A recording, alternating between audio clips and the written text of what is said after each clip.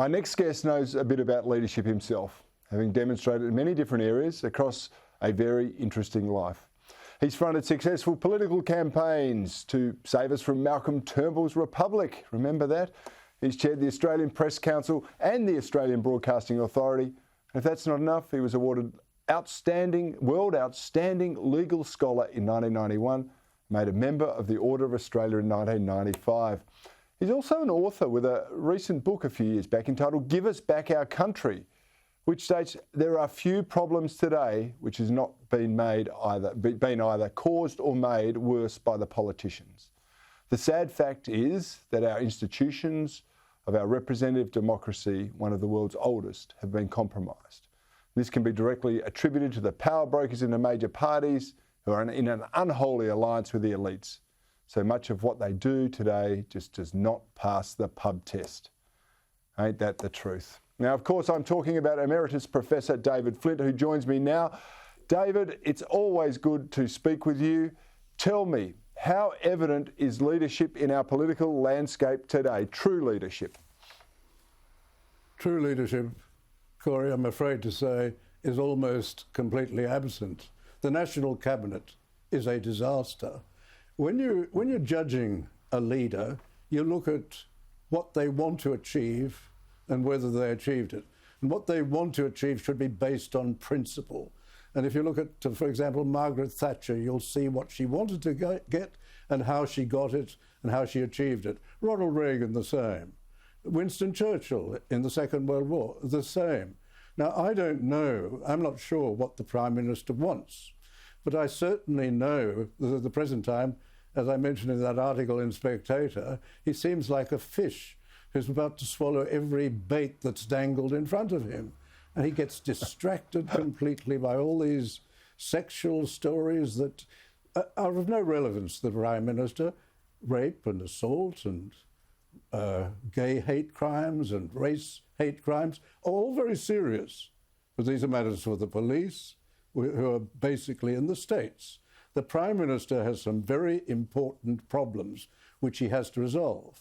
And starting out with the virus, for example, they should have followed. And it was obvious at the time, they should have followed world's best practice, and that is in Taiwan. They've taken advantage of the fact, of course, that because we're a remote island or islands, naturally, of course, we're more protected if we take the simple measure of making sure we know who comes into the country and make sure that they don't have the virus, although we're not that good on doing that, apparently.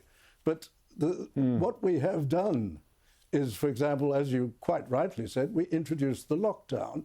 We chose the Chinese communist measure rather than the Taiwanese measure, which was to have no lockdowns. The Taiwanese and a bit of common sense, 10 David. deaths. Yes, yeah. They've had 10 deaths. The same population, very close to China, but 10 deaths. We've had 1,000. Well, that's a failure, I would think. Even when it comes to quarantine. David, tell me this, David. In your extensive experience in public life, both in academia, in campaigning, in leading organisations, and just as a commentator, has the leadership skills of those entrusted to act on our behalf diminished over the last 3 or 4 decades?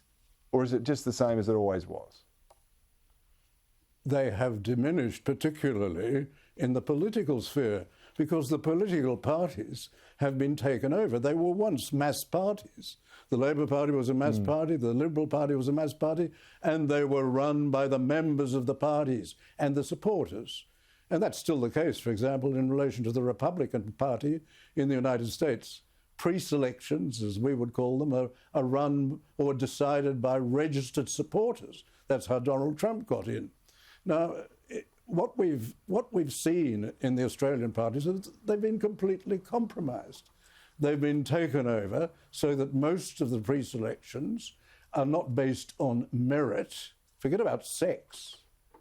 They're not based on merit, most of them. Some people get through, like you, for example. But those pre-selections are run on the basis of loyalty by the candidate to the particular power broker. So we're getting people into politics who don't have the public interest, which they should have, to go into politics. They certainly don't have the experience. David, that was always true in the Labor Party, and we on the right side of politics understood that. But it has crept into the Liberal Party now, where you've just got you've got three thought leaders, and the rest are just automatons, just nodding and going along with the status quo. Is that a bit hard? Yes, but could I defend the Labor Party? There was a time when the Labor Party did choose leaders on the basis of what they could achieve. Look at Curtin. Look at Chifley, for example. They were great leaders.